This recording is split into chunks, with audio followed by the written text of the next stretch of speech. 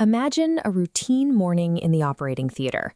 A 45-year-old woman is undergoing an elective laparoscopic cholecystectomy under general anesthesia.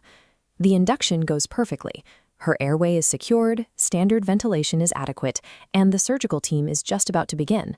Without warning, the monitor shows a catastrophic shift. The arterial line drops precipitously from 120/80 to 55/30. The heart rate violently spikes to 140. Simultaneously, peak airway pressures swell. The capnography waveform remains, but end-tidal CO2 numbers tick downward. You ask the surgeon if there is any active bleeding. The answer is no. This multi-system failure requires immediate diagnostic deduction before imminent cardiac arrest. You are looking at one of the most feared emergencies in the operating room, perioperative anaphylaxis, a severe, life-threatening systemic hypersensitivity reaction. In a community setting, an anaphylactic patient might complain of itching, dizziness, or shortness of breath. Here, those typical warning signs are completely absent. The diagnostic paradox is clear. The patient is unconscious, paralyzed, and hidden beneath surgical drapes. They cannot communicate what is happening. Even physical skin manifestations like generalized erythema or urticaria are concealed from view. The anesthesiologist must rely entirely on physiological proxy data. Because clinical symptoms are masked, your real-time interpretation of these vital sign anomalies is the only barrier standing between the patient and fatal cardiovascular collapse. The instigators of this crisis operate on a cellular level. It begins with the massive, systemic activation of mast cells and basophils after exposure to a trigger. At the precise moment of degranulation, a heavily textured cell ruptures, violently expelling thousands of distinct particles outward into the fluid space. These particles are highly potent chemical mediators, primarily histamine, tryptase, leukotrienes, prostaglandins, and platelet-activating factor. Once in the bloodstream, these mediators cause immediate macro-level consequences. A tubular vascular network rapidly expands in diameter. This profound systemic vasodilation causes a massive loss of vascular resistance, leaving the blood pooling sluggishly. Next, critically increased capillary permeability occurs. Tiny breaks in the expanded vascular walls allow massive intravascular volume to leak rapidly into the surrounding tissues. Meanwhile, in the respiratory system, a parallel reaction takes place. The branching airway violently constricts, while its inner walls swell inward, effectively choking off airflow through severe bronchospasm and airway edema. The most frequent triggers for this cascade are pharmacological agents introduced within minutes of induction. Chief among them are neuromuscular blocking agents like rocuronium and succinylcholine, and beta-lactam antibiotics like cefazolin. Secondary culprits include chlorhexidine skin prep, latex exposure, patent blue dyes, and colon solutions. Understanding this microscopic mediator cascade demystifies the multi-system failure occurring on the operating table. We must translate that biological cascade back into actionable data points on the vital signs monitor. On the left, massive vasodilation and fluid shifts perfectly mirror the sudden unexplained hypotension and rapid compensatory tachycardia on the right.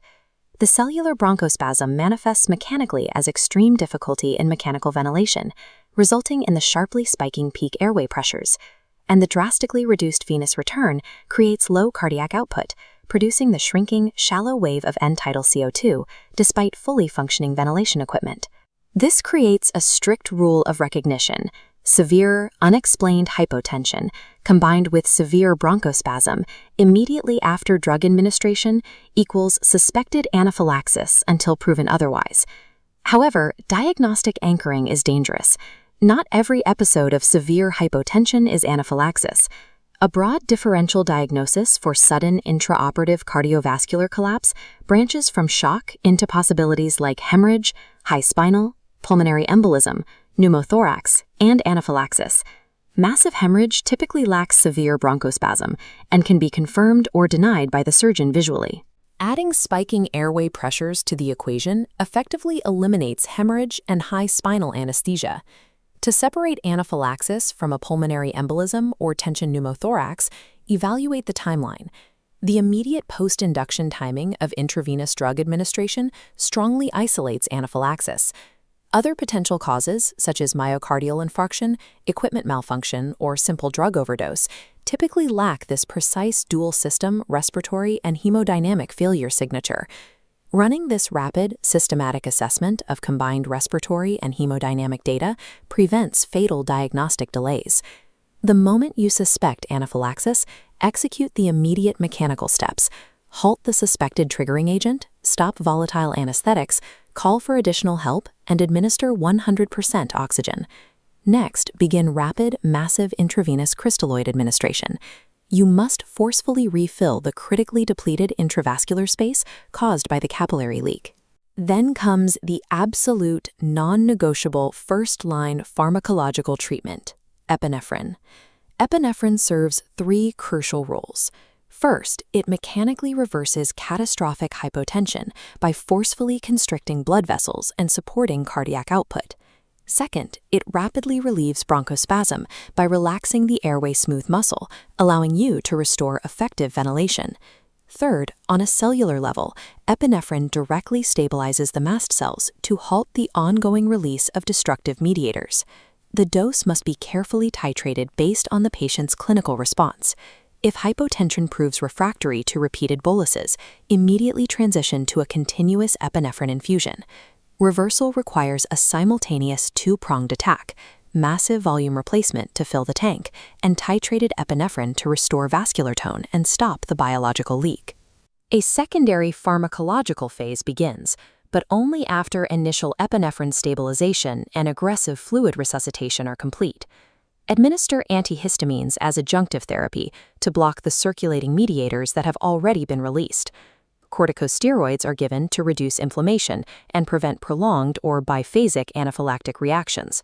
However, corticosteroids have a critical limitation. They do not act immediately and absolutely cannot replace or delay the administration of epinephrine. If severe bronchospasm persists despite systemic epinephrine, inhaled beta-2 agonists should be administered. For refractory shock, where cardiovascular collapse does not respond to escalating epinephrine doses, alternative vasopressors may be required.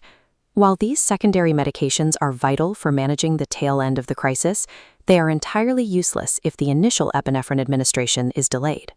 Clinical suspicion must drive your immediate treatment, but definitive laboratory confirmation is required post-crisis. As shown on this clinical laboratory requisition form, protocol recommends drawing serum tryptase samples once the patient is hemodynamically stable. Meticulous documentation is both clinically and legally critical in the immediate aftermath of the event. You must record the exact timeline of the collapse, all medications administered prior to the crash, the specific clinical signs observed, and the patient's response to epinephrine. Pinpointing the exact trigger is extremely difficult, given that multiple induction drugs are often administered within seconds of each other. Stabilizing the patient in the operating room is only half the job. Securing their future safety requires gathering pristine data to arrange formal allergy testing before any future anesthesia. The focus ultimately shifts to proactive prevention. Careful preoperative history taking remains the first line of defense. Screen for key red flags: previous unexplained intraoperative collapse, latex sensitivity, and any known drug allergies. Maintaining strict institutional protocols and conducting regular, high-fidelity simulation training prepares the entire operating room team to manage this rare crisis. Perioperative anaphylaxis is a silent, rapidly fatal event hidden beneath surgical drapes. Patient survival depends entirely on the anesthesiologist's vigilance, rapid recognition of vital sign anomalies, and decisive, protocol-driven action.